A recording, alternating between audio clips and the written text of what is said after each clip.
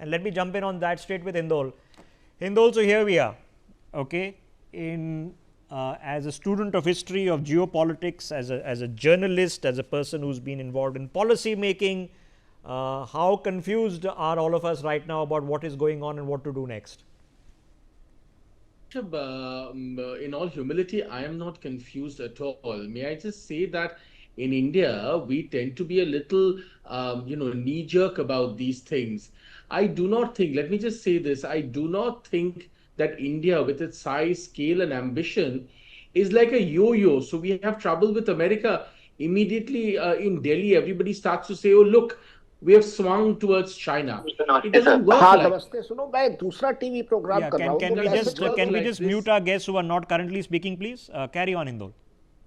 It doesn't work like this. It shouldn't work like this. In my humble opinion, the troubles we have with America are really momentary. This cloud will shift sooner rather than later. It is true that because of the long history we've had with China, we indeed need to build some kind of bridges.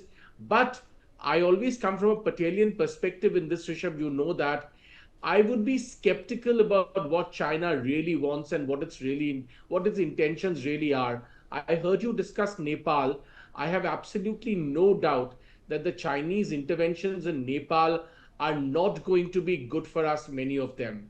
So we need to be really skeptical about this. I'm not saying we should not build bridges. We must, and that we at a level we have no choice also.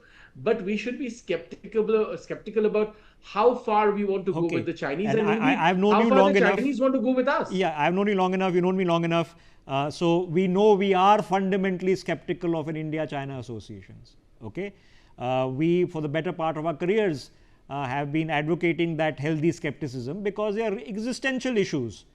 These are not disputes. These are existential issues. This is literally thousands of square kilometers of our territory. This is literally our borders. This is literally the influence that the Chinese are peddling and the military bases that they aspire to build around India in what they call the string of pearls. But then there's a movie, Hindol Sengupta, called Sound of Music, in which the second song was, how do we solve a problem like Maria?